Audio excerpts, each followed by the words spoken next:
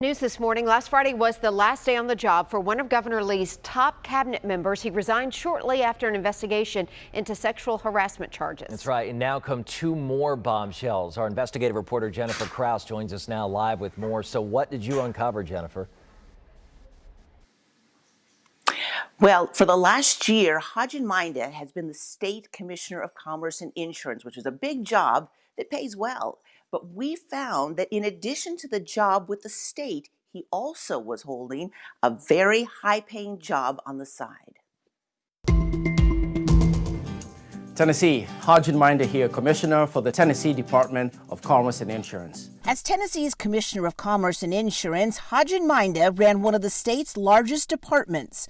Yet News Channel 5 Investigates discovered that the same day Mainda started his job as state commissioner, he also signed a contract with his previous employer, the Electric Power Board of Chattanooga, to do government relation and communication services for the utility company.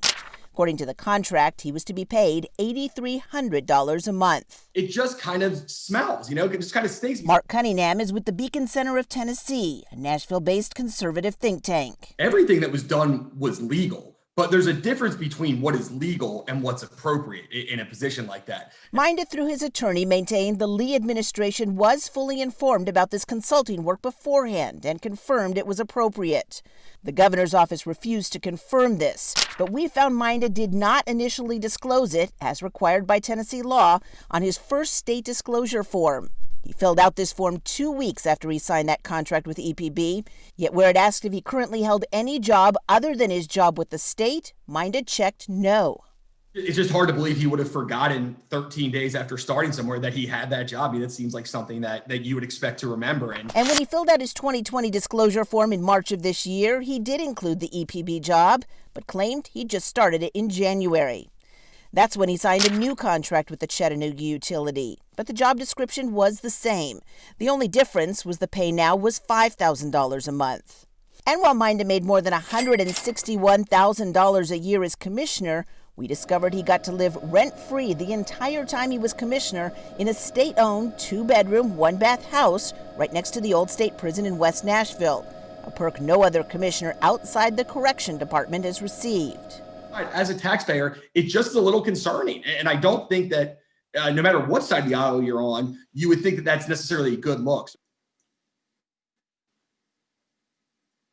Now, under state policy, the Department of Correction could have charged more than $1,000 a month for rent and utilities for that house. But because Mainda was deemed an essential worker, he was charged nothing, Ben. Jennifer, do we know how long he actually lived there at that house?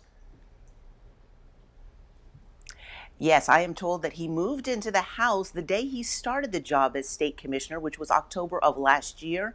And 13 months later, when he announced his resignation recently, he was still living there. Now, I did ask the Department of Correction about this unusual housing arrangement, how it came to be, how long he was really supposed to be living there, and we will have more on that coming up tonight on News Channel 5 at 6.